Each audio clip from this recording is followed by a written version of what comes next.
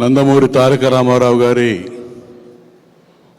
101వ జయంత్యోత్సవాల కార్యక్రమానికి అధ్యక్షత వహించినటువంటి పెద్దలు ఎమ్మెల్సీ అశోక్ బాబు గారు, వేదికను అలంకరించిన పెద్దలకు, విచ్చేసిన తెలుగుదేశం పార్టీ కుటుంబ సభ్యులకు, పాత్రికేయులు అందరికీ కూడా హృదయపూర్వక నమస్కారం. తెలుగుదేశం పార్టీ వ్యవస్థాపకులు నందమూరి తారక రామారావు గారు ఈరోజు ఈ పార్టీ స్థాపించి 42 ఏళ్ళు అవుతా ఉంది. ఆ మహానుభావుడు తెలుగుదేశం పార్టీని స్థాపించి ఉండకపోతే ఆంధ్రప్రదేశ్ రాష్ట్రం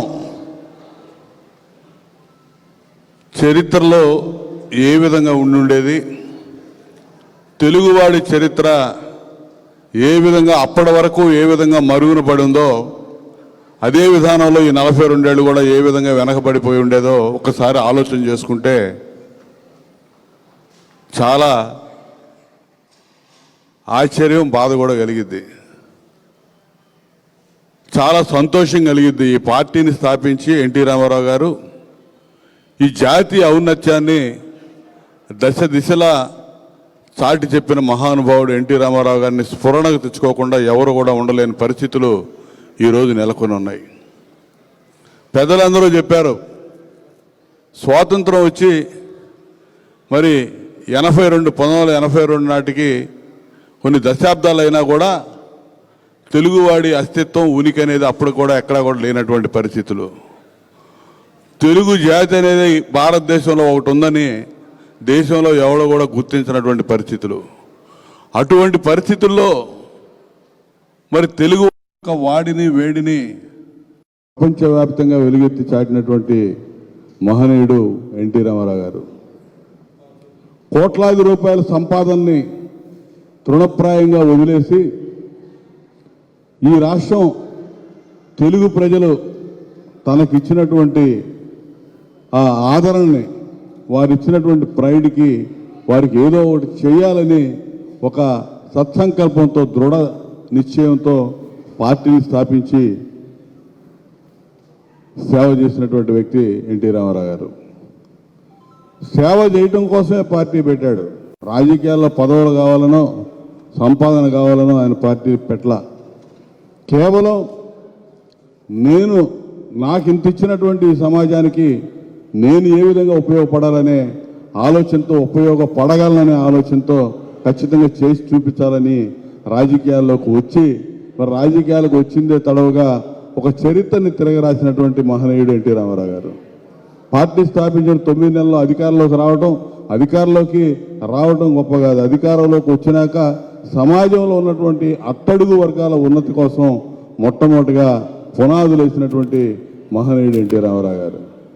పేదవాడికి తినడానికి తిండి, ఉండటానికి గూడు, కట్టుకోవడానికి గుడ్డ అని చాలా తేలిగ్గా చెప్తాం. ఈరోజు కూడా ఆయన పెట్టిన పథకాలే భారతదేశం అంతా అమలవుతూ ఉన్నాయి. ఇలా పక్కా గృహ నిర్మాణం ఆ రోజు కూడా అమలయ్యేది. కాంగ్రెస్ పార్టీ అమలు చేస్తూ ఉండేది. 10 భూములను 25 తాటాకులు ఇచ్చేది. అటువంటి చోట పక్కా గృహాల నిర్మాణానికి శ్రీకారం చుట్టాడు. పేదవాడికి కట్టుకోవడానికి, ఒంటి నిండా ఉండడానికి బట్ట కావాలని చెప్పి జనతా వస్త్రాలు తీసుకొచ్చారు. కడుపులో తిండి, 3 పూట్ల తినడానికి తిండి ఉండాలని 2 రూపాయల కిలో బియ్యం పథకాన్ని ప్రవేశపెట్టినటువంటి మహనీయుడు. ఆ తర్వాతే భారతదేశంలో ఈ పథకాలన్నీ కూడా అమల్లోకి వచ్చినాయి. అంతేకాదు భారతదేశంలో కాంగ్రెసేతర ప్రతిపక్షాల మొత్తాన్ని కూడా ఏకతాటి మీద తీసుకొచ్చి ఆ రోజు కమ్యూనిస్టుల్ని, బీజేపీని అందరినీ కూడా ఏకం చేసి ఒక వేదిక మీద చూపించినటువంటి మొట్టమొదటి వ్యక్తి ఎన్టీ రామారావు గారు అని చెప్పి నేను తెలియజేస్తా ఉన్నా. ఎవరికి ఆ రికార్డు రాలా. కమ్యూనిస్టుల్ని, బీజేపీని, మిగిలిన రాజకీయ పక్షాలన్నింటినీ ఒకే వేదిక మీద కూర్చోబెట్టినటువంటి చరిత్ర ఎవరికి లేదు, ఒక ఎన్టీ రామారావు గారికి దక్కింది. మరి అటువంటి ప్రజాస్వామ్య ప్రభుత్వాన్ని కూలదోసినప్పుడు ఈరోజు మన నాయకుడిగా ఉన్నటువంటి చంద్రబాబు నాయుడు గారు పోషించినటువంటి పాత్ర, ఈ పార్టీని రక్షించడం కోసం, ఈ పార్టీని దశ దిశలా వ్యాపింపజేయడం కోసం 95 నుంచి 1995లో బాధ్యతలు తీసుకున్నప్పటి నుంచి కార్యకర్తల్ని మరి వెన్నంటి ఉండి ఈ పార్టీని కాపాడుతూ వచ్చినటువంటి నాయకుడు చంద్రబాబు నాయుడు గారు. తెలుగుదేశం పార్టీకి వచ్చినటువంటి ఆటుపోట్లు ఏ రాజకీయ పార్టీకి కూడా రాలా. ఎన్నో సంక్షోభాలు ఎదుర్కొన్నాం. ఎన్ని సంక్షోభాలు వచ్చినా కూడా మొక్కవోని దీక్షతో చంద్రబాబు నాయుడు గారి నాయకత్వంతో ముందుకు నడిచినటువంటి పార్టీ తెలుగుదేశం పార్టీ. ఆ సంక్షోభాల్లో మర్చిపోలేంది చాలా ఘోరాతి ఘోరమైనటువంటి సమయం ఏదైనా ఉందంటే ఈ 5 ఏళ్లు మనం గడిపినటువంటి సమయం. ప్రజాస్వామ్యం మచ్చుకు కాన్ రాకుండా ప్రతిపక్షాలని అడ్డగోలుగా అణిచివేసి అక్రమంగా కేసులు పెట్టి జైళ్లకు పంపి ఆఖరికి మన అధినేత చంద్రబాబు నాయుడు గారిని కూడా ఏ విధంగా హింసించారో చూసాం. అటువంటి ఆటుపోట్లన్నీ కూడా నిలదొక్కొని పార్టీ ఈరోజు మళ్ళా అధికారంలోకి రాబోతా ఉంది చంద్రబాబు నాయుడు గారి నాయకత్వంలో. 3 తరాల పార్టీ ఎన్టీ రామారావు గారు ఈరోజు 27 సంవత్సరాలు ఈ పార్టీని ముందుకు నడిపించినటువంటి చంద్రబాబు నాయుడు గారు రాబోయే రోజుల్లో ఈ పార్టీని ముందుకు నడిపించబోతున్నటువంటి లోకేష్ గారు. ఇవన్నీ కూడా మనం ఆలోచించాలి. పార్టీ వ్యక్తులు కాదు, వ్యవస్థ ముఖ్యం. ఈ పార్టీ ఎవరైతే స్థాపించారో, ఏ మంచి ఉద్దేశంతో స్థాపించారో, ఏ పేదవాడి బాగు కోసం పార్టీ పనిచేస్తూ ఉందో వాటిని మర్చిపోకుండా ఇవాళ ఈ పార్టీని ముందుకు తీసుకెళ్లాల్సిన అవసరం, ఆవశ్యకత ప్రతినిత్యం ఎన్టీ రామారావు గారిని స్ఫూర్ణగా తెచ్చుకొని స్ఫూర్తిగా తీసుకొని ముందుకు పోవాల్సిన బాధ్యత ప్రతి తెలుగుదేశం పార్టీ కార్యకర్త మీద ఉందని చెప్పి నేను ఈ సందర్భంగా తెలియజేస్తా ఉన్నా. అదే ఆ మహనీయుడికి మనం ఇచ్చే నిజమైన నివాళులు అవుతుంది. ఈరోజు ఎన్నికలు అయిపోయినాయి. 4వ తేదీ రిజల్ట్ రాబోతా ఉంది. 100కి 1000% అధికారంలోకి రాబోతా ఉన్నాం.